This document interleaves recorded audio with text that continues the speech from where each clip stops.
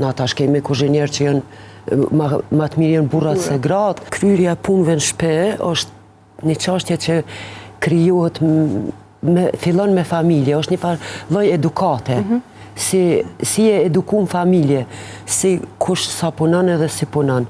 Që tha ndomja e punëve, ndomja e përgjegjësive, është një farë mënyrë, një obligim i familjes, edhe ajo fillon që prej fëmijët e vegjël kur janë. Për shembull, ndomja e punëve kish me te fëmijët mas pari në familje, pastaj në qerdhe. Kjo ose kjo ndomja e punëve, kjo është për burra, kjo për gra. Ka qenë për para pak më e theksume, po tash, falë Zotit, tash kanë arrit edhe punë të tilla me u bë teknologjia ka ndihmue. Makinerit shtëpiake, gjitha që edhe burri mundet me punu disa punë që përpara nuk i kanë punu, kanë qenë tabu për ta, po edhe gra disa punë që për shembull përpara nuk i kanë punu vetëm burrat.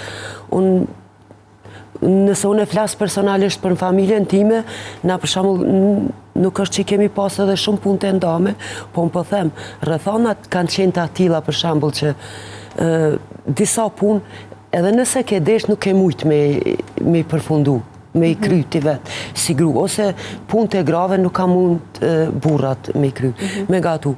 Tash është qëndron tjetër, si që tash ma heret, edhe kuzhina është si për burra, si për gra. Na tash kemi kuzhinier që janë ma të mirë janë burrat se gratë, ose e kundërta po.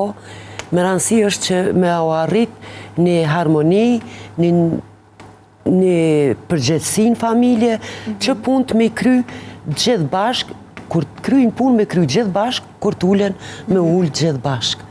Unë zakonisht këtë mundohem me praktiku edhe në shtëpi.